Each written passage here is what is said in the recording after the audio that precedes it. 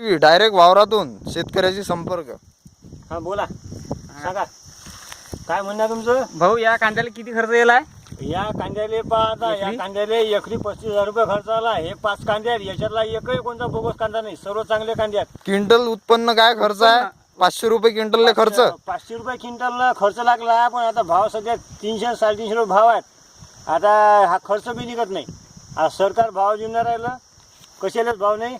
पण आता याले जर भाव नाही भेटला या कांद्याले, तर आमचं माझं असं म्हणणं आहे की या कांद्याला भाव भेटला ठीक, नाही तर याले जबाबदार मुख्यमंत्री, कृषी मंत्री, अर्थमंत्री, पंतप्रधान हे सगळे जबाबदार राहतील. या आंब्याला जरी ते आंब्याला लटकले ना, तसे सगळे शेतकरी जसेच याले लटकतील, हे मी यायला सांगतो, पहिले यायला इशारा देतो. आणि याची जबाबदारी सगळी मुख्यमंत्र्याची राहील. पेरणी जोडाली, आता पैसे नाहीत, आता बँक कर्ज देत नाही. ते म्हणतात थांबा 15 दिवस 20 दिवस. आता ते पुनर्गठनचंही नाही ना, कर्जही नाही आणि काहीच नाही. आता यायला काय कांद्याला यायला फेकून नाही मारले, लय खेप मारले फेकून, त्याच्या गाडीला काचा फुटत नाही, पंचरही होत नाही. आता फक्त एकच उभा राहायला की आता हे कांदे त्या आंब्यासारख्या लटकाला, हे आता हाती लटकले तर ती माणसं लटकतील. आपण पाहत होते डायरेक्ट वावरातून. पुन्हा भेटू याच वेळी याच ठिकाणी. धन्यवाद.